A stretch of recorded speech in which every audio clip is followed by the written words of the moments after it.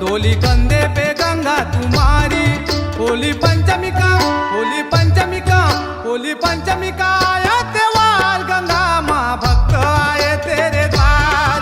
होली पंचमी का आया त्योहार, गंगा माँ भक्त आए तेरे द्वार।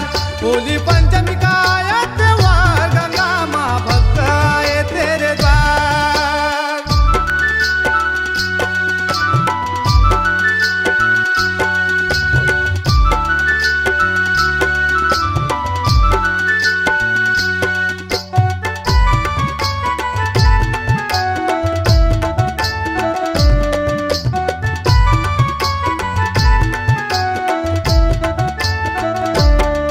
पहाड़ी पर्वतों में तेरा ठिकाना,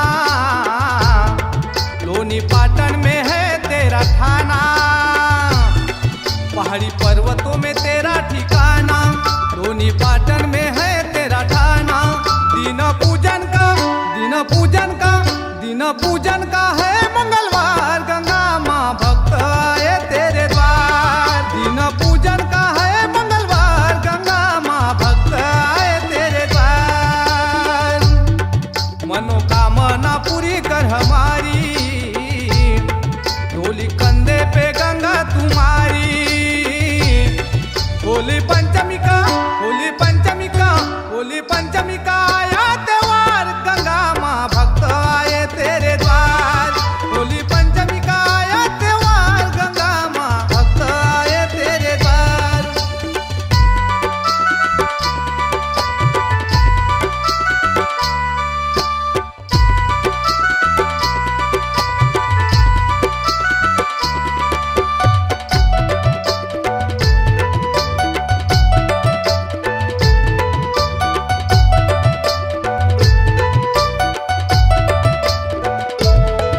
तेरी महिमा बड़ी है न्यारी, गंगा माँ है तू सबकी प्यारी। तेरी महिमा बड़ी है न्यारी, गंगा माँ है तू सबकी प्यारी।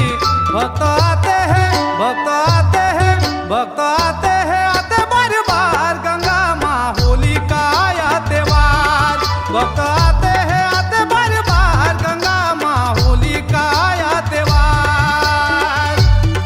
मनोकामना पूरी कर हमारी, डोली कंधे पे गंगा तुम्हारी।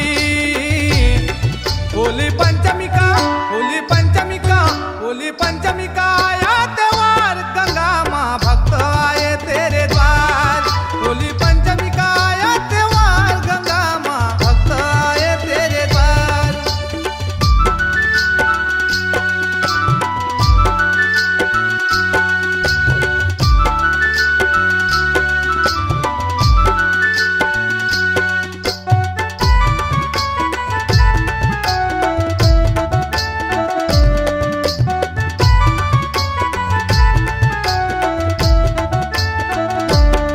भक्त आते हैं आस लगा के,